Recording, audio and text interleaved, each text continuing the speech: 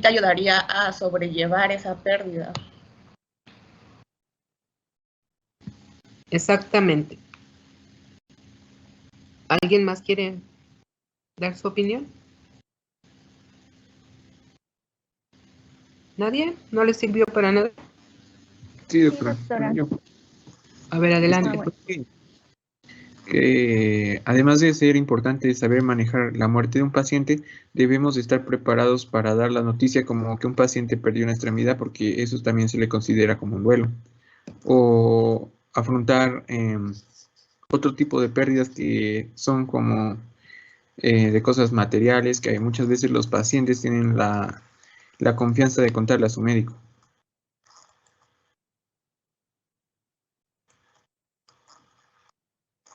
La relación médico-paciente es muy, muy importante y más en esta etapa, ¿no? ¿Cómo le digo a mi paciente? A lo mejor a mi paciente tenía unos 5, 10, 15 años de que lo conozco. ¿Cómo le digo que en este momento pues tiene, no sé, alguna patología? Le mandé a hacer estudios y me diagnosticaron un cáncer que no lo habíamos percibido, que evolucionó rápidamente, etcétera. Y que muchas veces pues probablemente, como decía Melissa, a lo mejor puede haber hecho algo, pero a lo mejor él no puso lo suficiente como para que lo pudiéramos identificar. Entonces, por eso es muy, muy importante la relación médico-paciente. Y al entablar una buena relación, pues nos tiene que producir un efecto, una pérdida, ¿sí? O el hecho que hayamos fracasado en alguna cirugía. El ejemplo que pusieron muy bueno de la amputación, ¿no? ¿Cómo le digo que le voy a amputar un miembro? ¿Cómo se lo digo adecuadamente? Sí, porque hay quien se lo dice o hasta se equivoca y le amputa el miembro que estaba sano, ¿no? Entonces,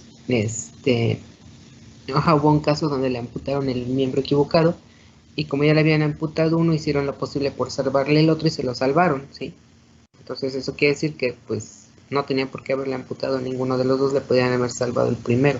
O sea, tú le tienes que echar todos los kilos a tu paciente y él también para que pueda salir de alguna situación. Pero si él no pone de su parte y tú tampoco, pues entonces los resultados pueden ser negativos. Y podemos irnos adaptando a eso. Les decía ahorita en COVID, ¿no? ¿Cuántos pacientes se te mueren al día?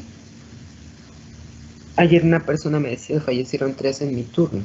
Imagínense qué fuerte, ¿no? ¿A quién se le mueren 3 en su turno? Anteriormente, pues, se morían uno por turno, o uno a la semana, ¿no? En terapia intensiva, pero así 3 y por la misma patología, aparte de los otros, ¿no? De los que no están en área COVID. Entonces, pues esto de alguna u otra manera va a impactar en la salud de los individuos, y no nada más de ellos, sino de su familia. ¿Qué estrés pudieran padecer este personal de salud? Llámese enfermera, médico, o por ejemplo, los coordinadores que no hacen nada, ¿no? Ahorita, por ejemplo, hay un hospital donde el urgenciólogo está de coordinador afuera y a los médicos generales los tienen adentro, ¿no? El experto afuera, coordinando sin hacer nada. Ellos salen a dar notificación, a enfrentarse con los familiares, a decir precisamente estas malas noticias, ¿no?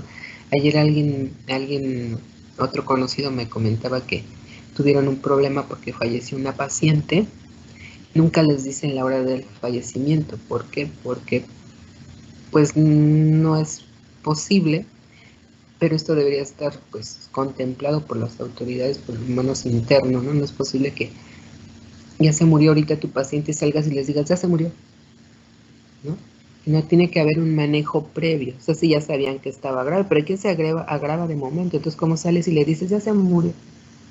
Y entonces como que les dan, creo que un margen de 15 minutos y ya cuando fallece, pues en lo que sucede toda la reanimación y todo, el tiempo que ya perdieron, más de 15 minutos, en poderle decir al paciente, ya falleció, hasta que se desocupa el médico, a lo mejor hace su nota, ya sale y le dice que ya falleció, ¿no?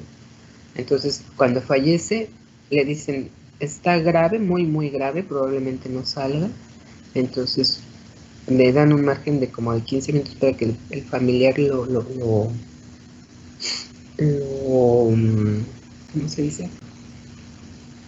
Pues lo interprete a su manera, lo traduzca de acuerdo a sus sentimientos, lo maquile, y entonces ya después le salen y le dicen que ya falleció, pero el paciente ya había fallecido.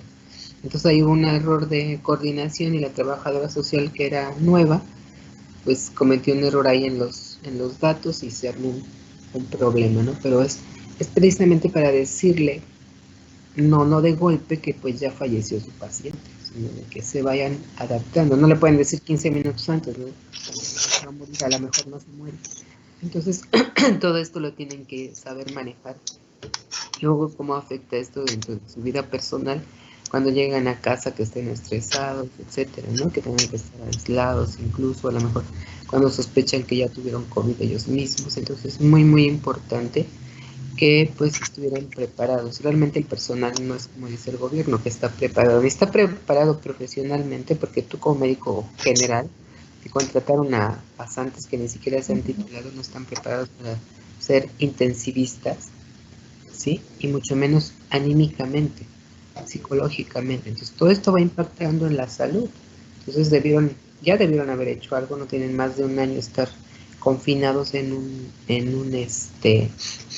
una terapia intensiva. De alguna manera les va a impactar, incluso hasta el personal de intendencia, ¿no? Que tiene que incluso ayudar a meter en las bolsas a los pacientes que ya fallecieron, ¿no? Y también por eso hay muchos errores, porque pues no sé, son pocos, pero pues por la magnitud de la confusión, entregan a familiares que no eran, ¿sí? Entregan equivocados los cuerpos, pues por el volumen, por la falta de capacidad de resolución, y todo esto te va causando un conflicto psicológico. Entonces sí es necesaria la tanatología para nosotros, no nada más para el paciente, el familiar que va a perder un paciente, o ya lo perdió, se divorció, etcétera, ¿no? Sino también para el personal de salud es muy, muy importante. Bueno, entonces vamos a dar por finalizado aquí el ciclo vital en la parte de jubilación, retiro y muerte. ¿Y qué nos falta por ver? Ya vimos el genograma, ya vimos el Apgar familiar, la escala de Holmes. ¿Qué nos falta? Ya vimos desintegración familiar. ¿No? Bueno, vamos a ver, para mañana van a ustedes a buscar las causas de disfunción familiar. Ahorita vamos a empezarlas a ver. Voy a terminar temprano la clase porque tengo que ir a la facultad a firmar unos documentos. Ahorita ya a la otra clase un ratito para ordenar lo que voy a mandar, lo que voy a ir a firmar, ¿no? Checar con la secretaria, y ahorita ya me voy ya los tienen para que los firme. Entonces son dictámenes que son urgentes porque se van a dar. Entonces les voy a suspender la clase un poquito antes, ¿sí? Ya no soy la coordinadora de titulación, pero todavía tengo muchos pendientes que firmar. Entonces les pido una disculpa, pero voy a salirme antes. Bueno, voy a ir al escritorio para más rápido.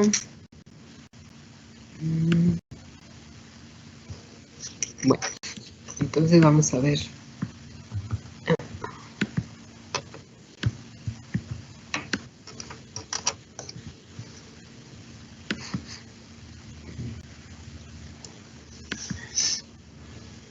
La funcionalidad familiar. Actualmente en las familias más modernas, pues necesitan tener dinámicas que les permitan evolucionar, o sea, hacer dinámicas al mismo tiempo, y tienen que cumplir con todas las funciones que ya vimos en las diferentes etapas del desarrollo, como son afecto, socialización, cuidado, educación, estatus familiar, etcétera. Entonces, toda esta protección se la tienen que brindar a sus integrantes. ¿Por qué? Porque estos son aspectos muy, muy interesantes que los llevan, muy importantes, que los llevan a su funcionalidad familiar. Y la funcionalidad familiar, pues, es un parámetro que a nosotros nos sirve para evaluar a la familia al hacer un estudio de salud. Entonces, cuando estos parámetros no se cumplen, estas funciones no se llevan a cabo, se dice que se va a alterar el sistema familiar y va a caer en una disfunción.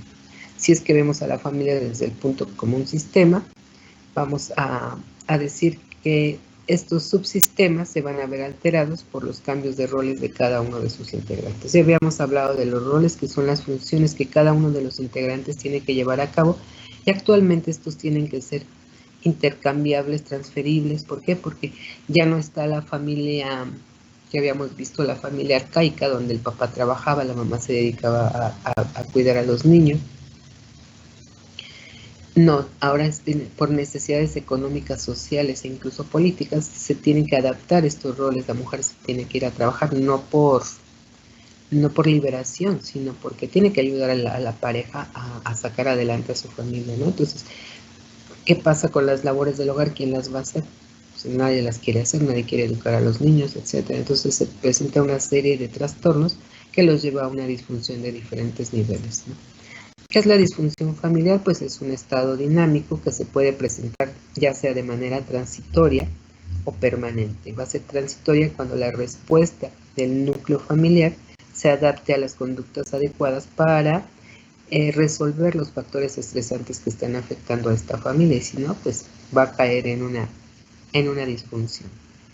¿Cuáles son las características de las familias disfuncionales? Pues van a ser familias donde va a haber comportamientos controladores, celos, padres en conflicto permanente, como vemos en la fotografía de abajo, falta de tiempo compartido, comportamiento sexual anormal o inmoral, que aquí la palabra inmoral pues habría que analizarla, ¿no? Porque actualmente la sexualidad es muy abierta.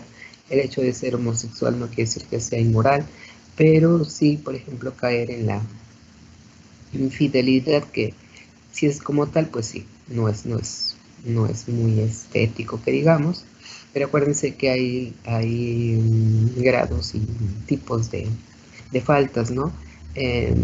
Legales, morales, éticas, entonces son diferentes y va a depender desde el punto de vista en que lo veamos. El silencio encubridor, ¿no? Muchas veces la mujer encubre al marido o al revés, ¿no? Apenas tenía una pareja donde decía que tenían problemas de infidelidad, pero por parte de la mujer. Pero él me estaba contando a la pareja y el hombre dice, pero no fue cierto, nada más fueron rumores, ¿no? Creo que sí es cierto, pero pues el señor se escuda en que creo que nada más son rumores, ¿no? Entonces es un silencio encubridor para que los hijos no se enteren, etc. Luego por eso hay chantajes, rechazo entre los miembros de la familia, ¿no? Que veíamos las triangulaciones. Entonces para eso tenemos nosotros que hacer un funcionamiento de la familia, evaluar el funcionamiento de la familia. ¿Cómo? Pues vamos a evaluar los conceptos de organización, como son si en la familia hay roles, quién lo ejerce, la jerarquía igual, ¿no? Si cada quien ejerce su rol, el que le toque o el que haya intercambiado o el que sea mixto, si lo ejerce, la jerarquía, qué tipo de jerarquía hay, si hay límites, si estos se marcan, si hay adaptabilidad, si hay flexibilidad, si hay rigidez en todos estos, en esta jerarquía o en estos límites, si hay cohesión además, ¿sí? ¿Qué tanta proximidad hay entre cada uno de los miembros de la familia y qué estilos de comunicación tiene cada quien? Aquí la cohesión es fundamental para que nosotros podamos predecir qué tipo de disfuncionalidad puede tener una familia, ¿no? Entonces vamos a ver si todo esto es coherente o no. Por ejemplo, una enfermedad crónica incapacitante puede intensificar la alteración del funcionamiento familiar, y estas, pues como son crónicas, pueden prolongarse, y lo que tiene que hacer es la familia aquí es adaptarse, ¿sí? Principalmente cuando hay una enfermedad y cuando estas son progresivas o renuentes a los tratamientos, porque entonces se van a presentar no nada más crisis en el paciente, sino en alguno de los miembros. Va a repercutir ¿por qué? Por la presión. Y esta presión puede ser de tipo interno o de tipo externo. Cuando la presión es interna, pues va a ser que su origen va a ser dentro de los miembros de la familia, ya sea por triangulaciones o por la no estabilidad de los roles. Y la externa, pues es originada por todas las necesidades que tienen para que puedan esta familia acomodarse dentro del contexto social, y esto va a influir en cada uno de los miembros, que puede provocar en determinados momentos crisis de tipo accidental, ¿no?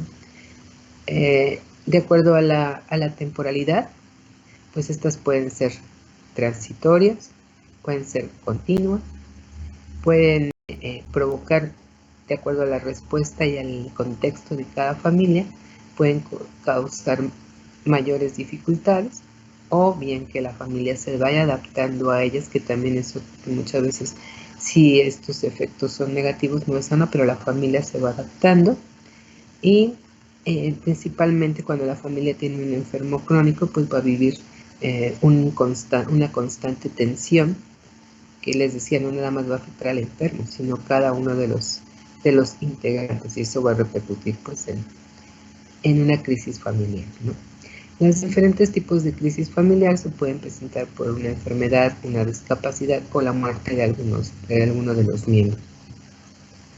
Estas pues van a ser, estos tres tipos de experiencias son universales y van a poner a las mismas familias dentro de uno de los mayores retos que hay, ¿no?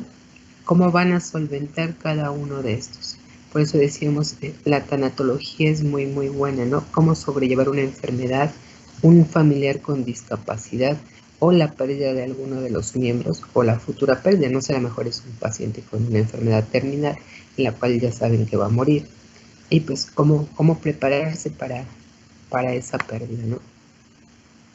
¿Por qué? Porque si no, algunas familias van a sufrir un deterioro, aparte de esta crisis, un deterioro en su calidad de vida.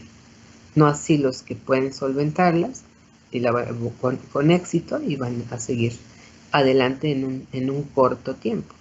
La mayoría logra hacerlo, hay quien pues sale por la puerta falsa y no lo logra, pero eso es a lo que nosotros tenemos que llevar al paciente.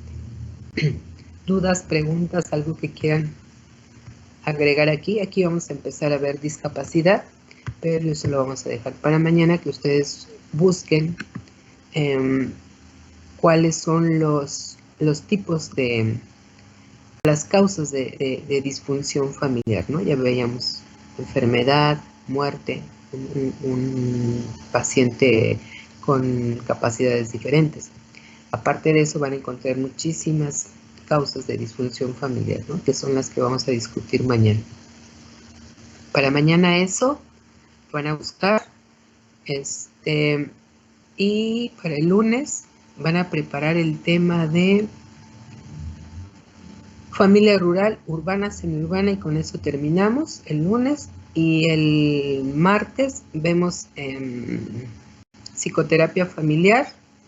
El miércoles, no, primero vemos un ejemplo, el martes vemos un ejemplo de todo lo que lleva una historia real. El miércoles presentamos psicoterapia y el jueves empiezan a presentar ya sus guías de estudio familiar, ¿sí? Entonces ahorita tienen el fin de semana prácticamente ya para hacerlo, ya ahorita no tienen ninguna duda. Mañana revisen hoy y mañana me dicen si tienen alguna duda. ¿Ahorita alguna duda, algo que quieran comentar? ¿No? Bueno, entonces vamos a dejar aquí la clase y nos vemos mañana, ¿sí? ¿De acuerdo?